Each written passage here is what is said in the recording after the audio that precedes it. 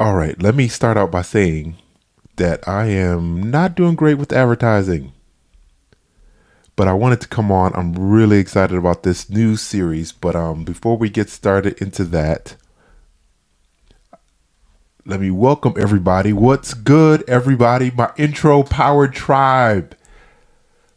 This is Ase Daniels with the Intro Powered Podcast. So glad you took the time to listen today.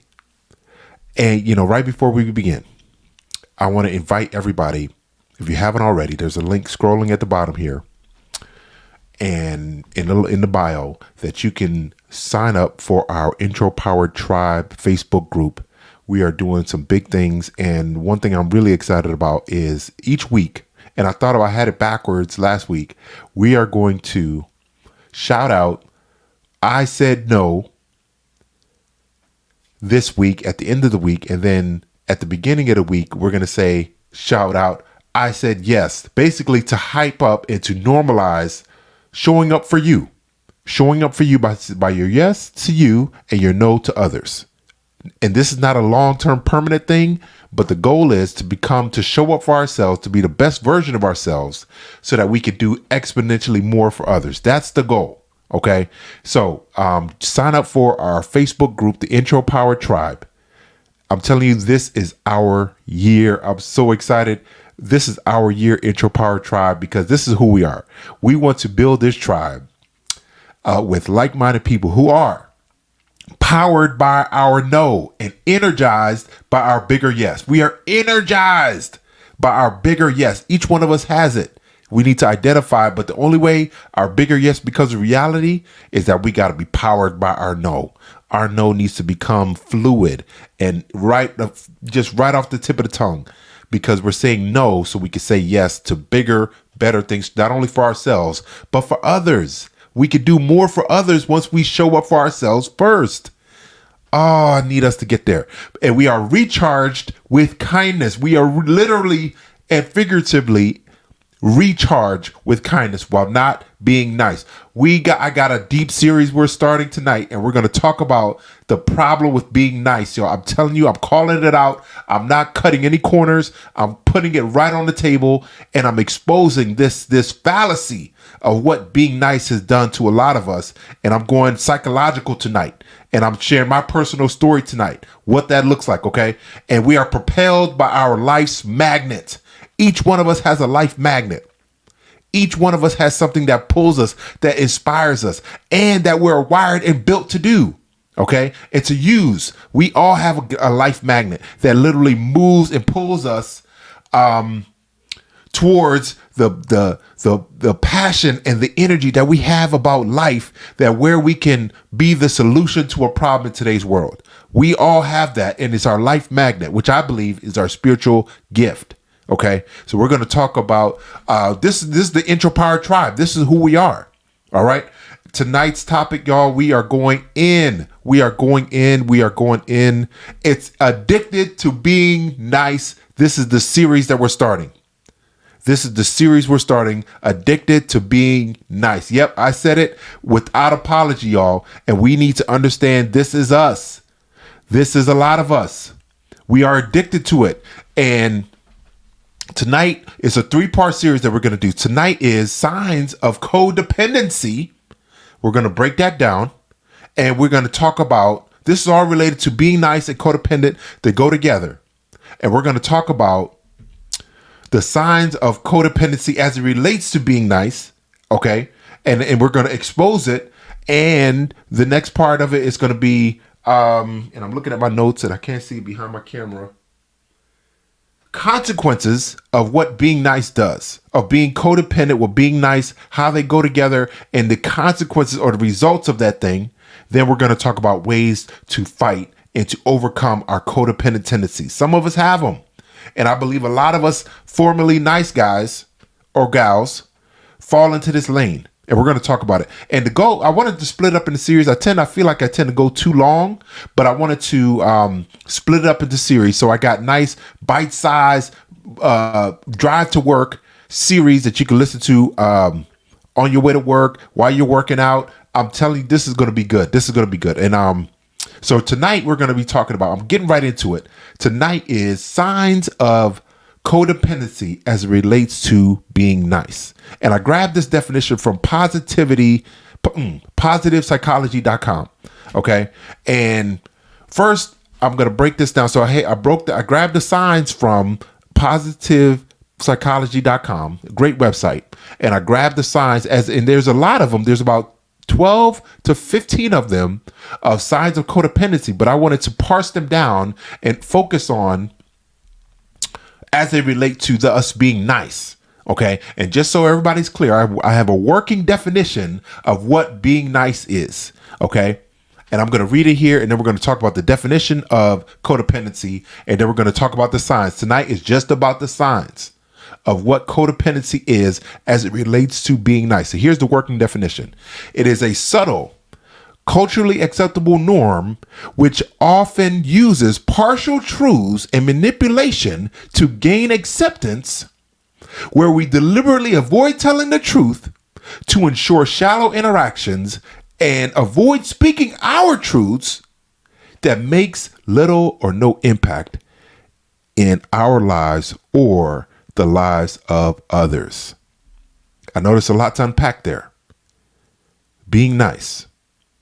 Okay, I'm going to slow down and say it one more time because I need us to understand this thing. Being nice and being kind are not the same thing. Let me break it down. Let me read it one more time. A subtle, culturally acceptable social norm which often uses partial truths and manipulation to gain acceptance, where we deliberately avoid telling the truth to ensure shallow interactions and avoid speaking our truths that makes little or no impact on the lives of others or our own. This is deep, y'all. Being nice is not where we need to be. I'm telling you, my goal is that things are nice. Places are nice. Like we drove in we were blessed to borrow a Cadillac when we were out of town, and it was such a nice ride that night. That ride was so smooth that if anybody's ever driven the Cadillac, you know that it's like you got a couch in the back, and it's just, I mean, you can't feel anything. It's just nice and smooth. Things are nice. People are to be kind. I say it without apology, without hesitation, without any quivering in my voice. Okay. I need us to get here. And I'm talking about where some of us are literally addicted to being nice. We are addicted to it because the body and the brain does some things where it's awesome. If we apply the principles of the mind and body and the spirit, they're all connected. If we apply the principles of this thing, we can see that the body likes to do kind things, but a lot of times we substitute kind acts, which the body gives a natural neurochemical release that is like a natural high. What we do is substitute kindness for being nice. And the body, and we mess around and try to trick the body to give us that dopamine release, but it comes off artificial because being nice is, again, it's shallow and it's transactional as opposed to deep and transformational. Oh, let me talk about it. First, let me break down the definition of what codependency is. So we talked about what being nice is. Now we're going to talk about what codependency is. I grabbed that definition from psychology.com. Okay.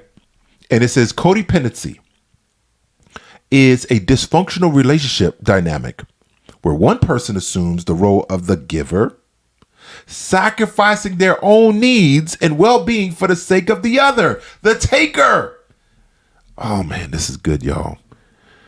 Man, that's why I got to take my time with this thing. The bond in question doesn't have to be romantic.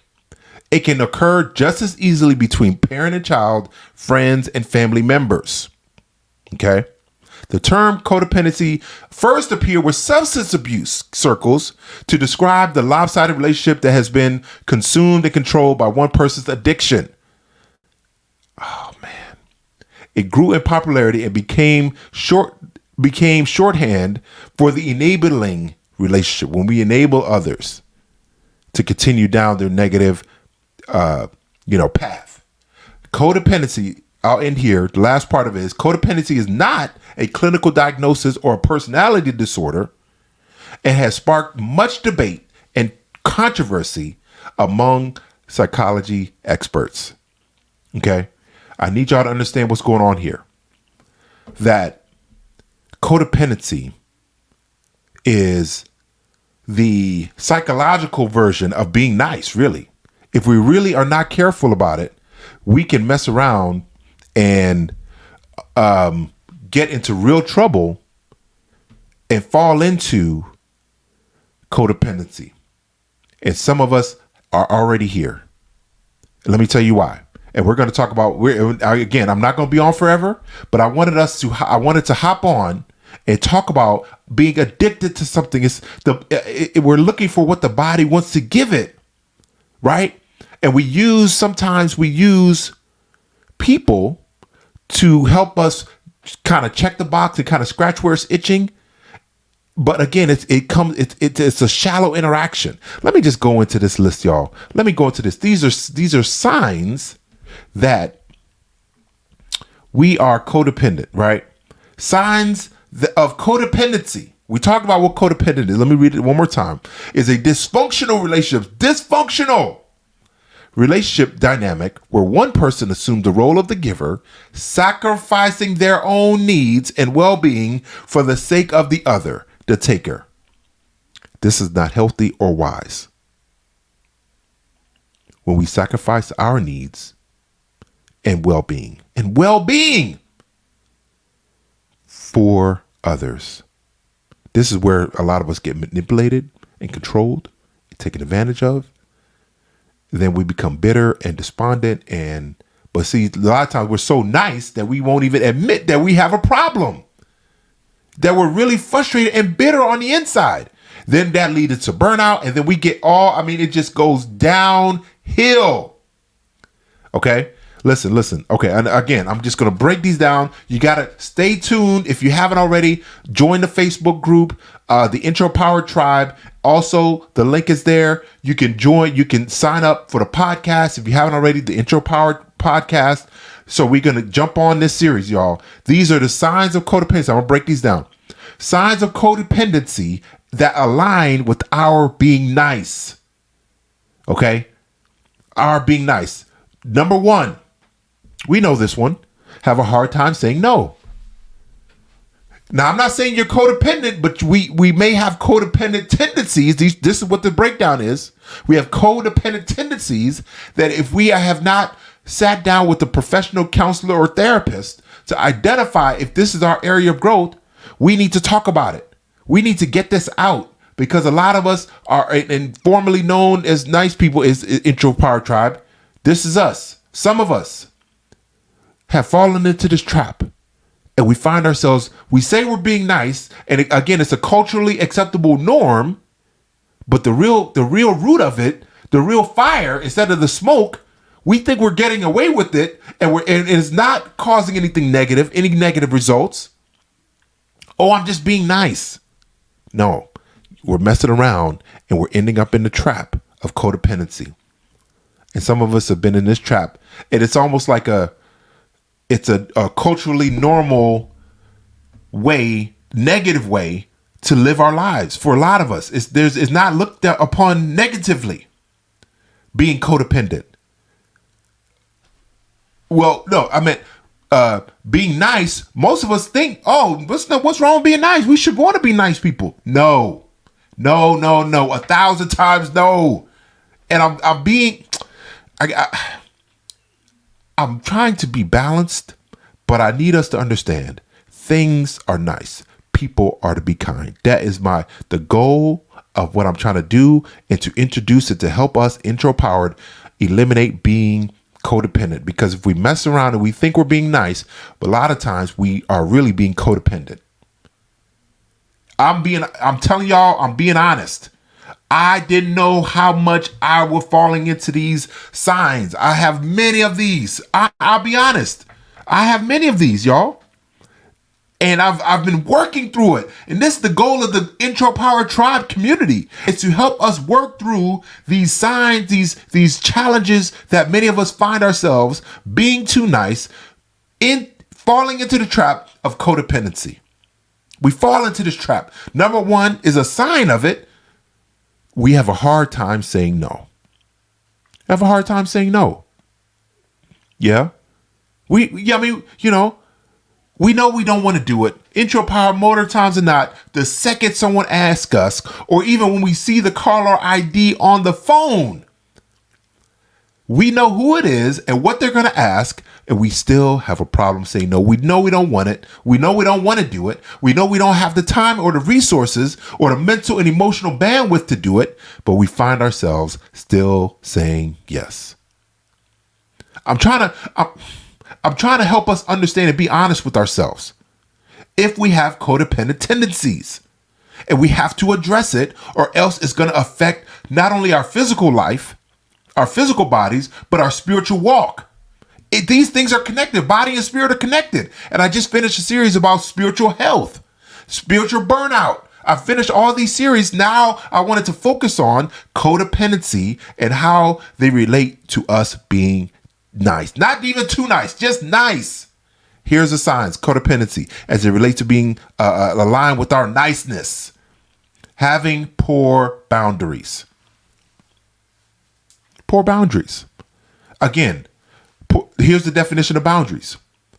Is that I'm responsible for myself, but I'm responsible to others. Okay? We need to understand the difference.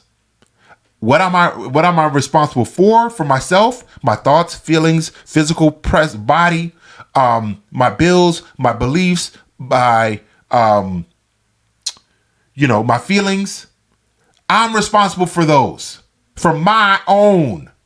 To others is we're responsible to others to help support them when life throws a haymaker at them, and they find, they suffer a loss of a family member.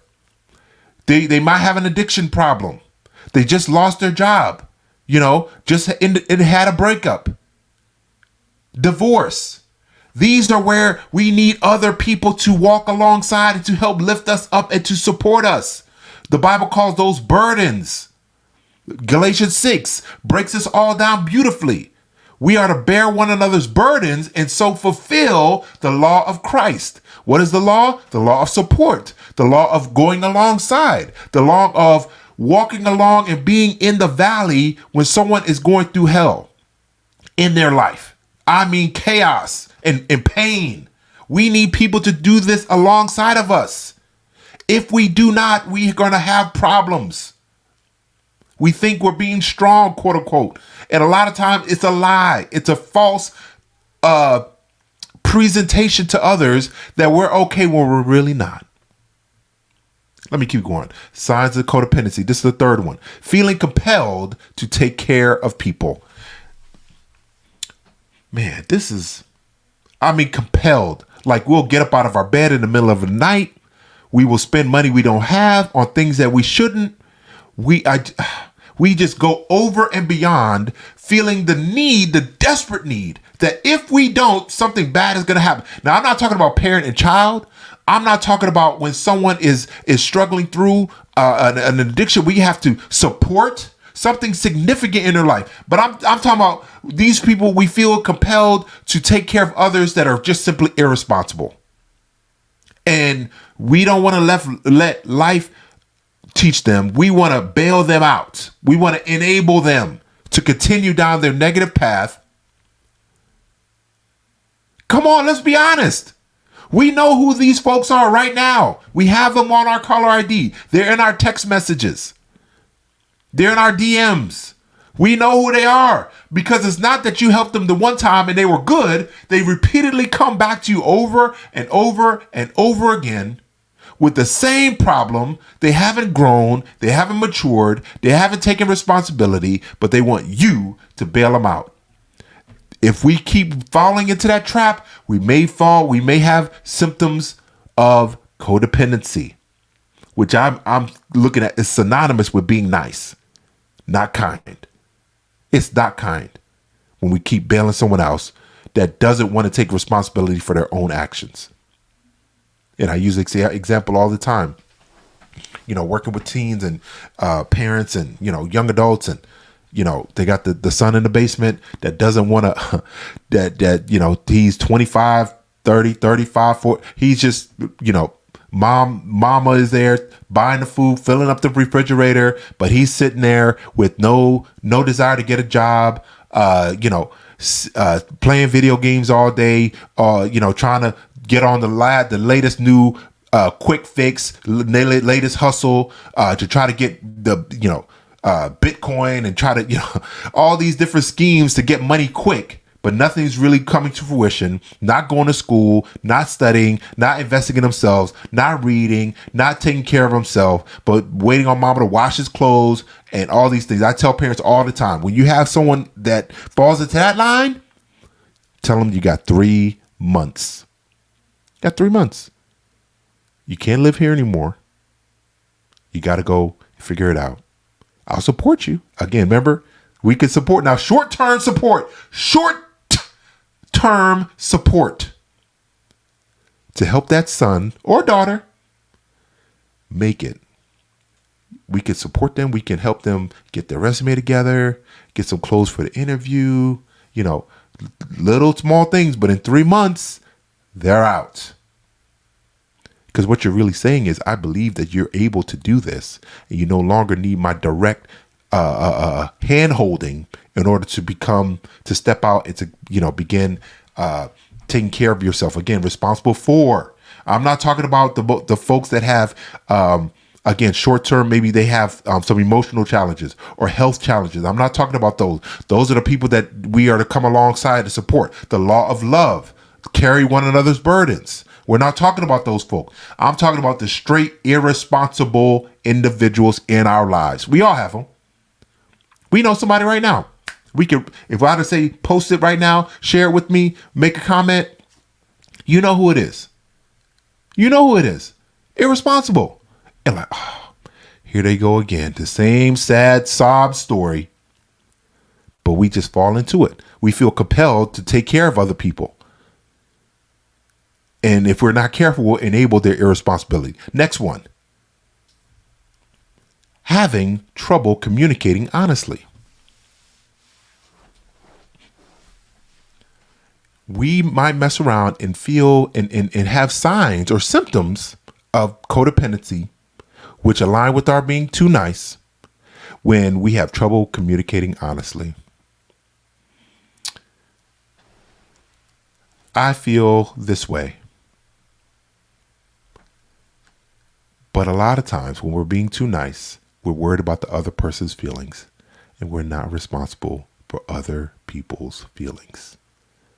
Once I finally learned that truth and I finally embraced that truth, my life, it was a breakthrough. It was a deliverance. It was so freeing, and it was the best feeling in the world when I finally accepted the truth that I am not responsible for other people's feelings. Man. Now, our tone, see, we're responsible to others in regards to our tone and manner and how we present and speak our truth. But what they do with it, how they feel about it, yeah, that's on them. That's on them. And if we keep falling into this trap, we keep stifling our truth, saying, I'm fine. No, I'm okay. I'm good. I'm fine. Are you fearful, insecure, neurotic, emotional? Now this is, listen. Some of us that may fall into this codependency, these symptoms, and have signs of codependency, some of us have experienced trauma. Our ACE score, adverse childhood experiences, I believe everybody on planet Earth at least has a 1. And if you know anything about the ACE score, the adverse childhood experience, this is trauma, abuse, neglect, all these kind of things. And there's, I think, about 7 to 10 of them, right? And you got to figure out where you're at on that score based on your life experience. Some of us, man, we need to normalize going to therapy and doing our work. I call it doing our work. We all have a work to do to address our childhood issues and to, our parents weren't perfect. Our upbringing wasn't perfect, et cetera, et cetera. But once we become adults, we got to start taking ownership, not negating and giving permission or being comfortable with those individuals. What they did was wrong, but how we choose to respond is our responsibility, and we need to be able to move forward. We need to forgive, but not see, again, forgiveness does not mean we give permission and the door is open for that same situation or abuse to occur again. That's not forgiveness. That is not forgiveness. See, the forgiveness is, again, letting ourselves out of the jail that we may have created by harboring that negativity, that unforgiveness. But we can be clear and kind and say, I forgive you, but the door is closed as far as that relationship, as far as that interactions, as far as that, those resources of time and money that we may choose to give to that individual. Those days are over. Okay. Next sign or symptom of being codependent, denying. And we've heard it all before. This is kind of, denying one's own needs, thoughts, and feelings. This is codependency and being nice. They're not healthy. And what happens is that when we try to be nice, we're looking at transactional. Well, I didn't say how I felt. So it's like you give this or you don't give that, so I shouldn't get this or that. We know that's not how life works. It's not.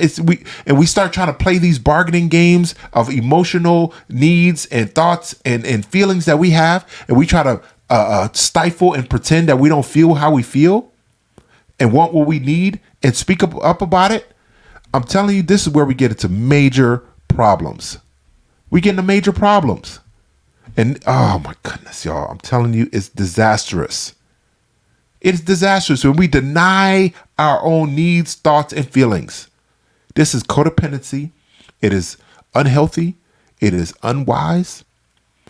And there's no way we will accomplish what I believe each one of us that God has birthed us to be alive now, trying to make our way through a global pandemic to be the solution to a problem in today's world, if we continue to deny our own needs, thoughts, and feelings. It just won't happen. Again, mind and body and spirit are connected. These are spiritual things that we have on the inside, but we don't express and speak honestly about what we need, feel, and think. How can we ever get our needs addressed? Then the last one, this is very deep, and I'm going to end here, is that we confuse love with pity. Again, the law of love, Galatians 6, breaks down the law of love is that we are to help carry one another's burdens. Those are when divorce, trauma, significant loss in a family member passes away, an addiction. These are when we need to come alongside and support an individual to get them to where they could be responsible and take care of themselves. That's the goal. But when we confuse love, the law of love is support. Pity is that we pity others to the point where we go over and beyond their need of support. Again, because we think we're doing it for them, but we're really doing it for us. Because again, the body gives that neurochemical release of dopamine, that natural high neurochemical that makes us kind of feel good and better about ourselves. We go to the extreme and we want to continue to do it over and over and over again when it's no longer needed because we're addicted to being nice. But the end result is always negative, because eventually the heart will reveal what's really going on, and the truth will tumble out. Our true needs and our true thoughts and our true feelings will tumble out, and it will reveal that we're truly angry and we're bitter and we no longer want to do it. But we are addicted to that good feeling that is really artificial because it's not sustainable. Kindness is sustainable without regret or worry or desiring anything back. But being nice is transactional, where hey, don't you see what I'm doing for you? We don't say it. We feel it, and we remember, And when we see that person again, and when we don't feel like our niceness has been replicated or given back, then all of a sudden that spiritual bile is what I call it. That nasty stuff on the inside of us starts to build, called bitterness. And it is disastrous to our spiritual and physical health.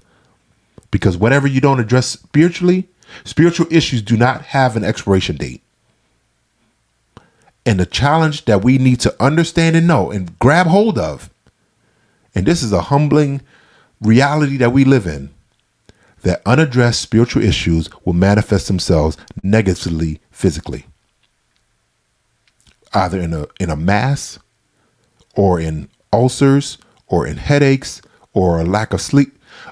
Again, and we're going to get into this in the last part of the series. But let me tell you something. When we start being honest, that's our way. That's the one part of the journey that will help enable us to leave these codependent ways and habits and addictions in the past, and to step into what true kindness is all about. True kindness is when we can give without expecting anything in return, and knowing that as we give, the Bible says, give and it shall be given unto you. It's a spiritual principle. And I don't know about you all, but I'm looking forward to living this out and experiencing God's best. Some of us don't have God's best, and we're settling for sloppy seconds. And I'm tired. I'm done with it. I'm done with it, y'all. I want everything that God has for me, but I got to be honest. And if I'm feeling being too nice and I'm falling into this codependency trap and I'm manifesting these symptoms that we talked about, I gotta start addressing them.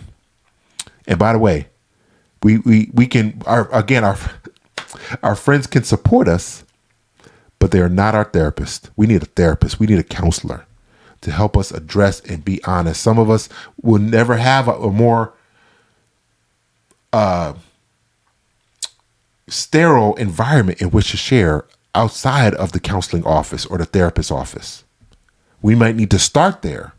Then our friends can support us along the way as we feel more comfortable and confident and, willing to open up and share about our challenges of codependency. And they can kind of hold us. I don't love the word accountability. I think it's short-term accountability, long-term support as far as our friendship, right? But again, we have to take ownership, us individually. And we can do that in community.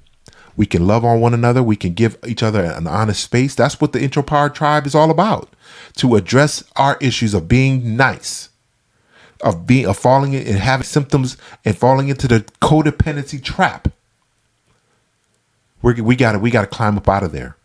And we have to be around like-minded people that will support us, that will encourage us, but never enable us to continue down and stay in the pit, to stay down that codependency trap. No, we're not doing that. We're going to lovingly, and it may take some time, but it's okay. If we find ourselves with any of these symptoms that I talked about tonight, it's okay, but we gotta be honest. We got to be honest. I'm telling you, life is too short, and to experience God's best and to be everything we're created to be on this earth, we not only have to step out of the codependency trap of the pit, but we have to begin climbing to the greatness that God has for each one of us. We should want everything that God has promised us. Everything. But we have to create the capacity and the space in our heart and in our lives to receive these things. Being codependent, being nice, fills our lives with things that are unfruitful. It's like trying to build on sand. We can't build our life, our relationships, on being codependent. We can't. No. Stay tuned, y'all. I'm done here, and I went way longer than I even wanted to. Part 2 is consequences of codependency as it relates to being nice. Consequences. Then part 3 will be ways to fight codependency and to step into true kindness and to show up for ourselves so we can do exponentially more for others. That's the goal. That is the goal. Show up for yourself first. Be kind to you first so that we can do so much more efficiently, again, without guilt, without worry, without thinking, oh, who did what for me? They owe me. No. Kindness gives without expectation. It's a beautiful place to be in, y'all. I'm telling you, it's liberating. It's transformational. And it's the way God has built us to operate in kindness because, again, the neurochemical release, y'all, natural. So we don't need these artificial things. All right. If you haven't already, thanks for listening, guys. If you haven't already, join the Facebook group, the INTROPOWERED Tribe. And remember, nice people do finish last, but kind ones rise to the top. Let's go.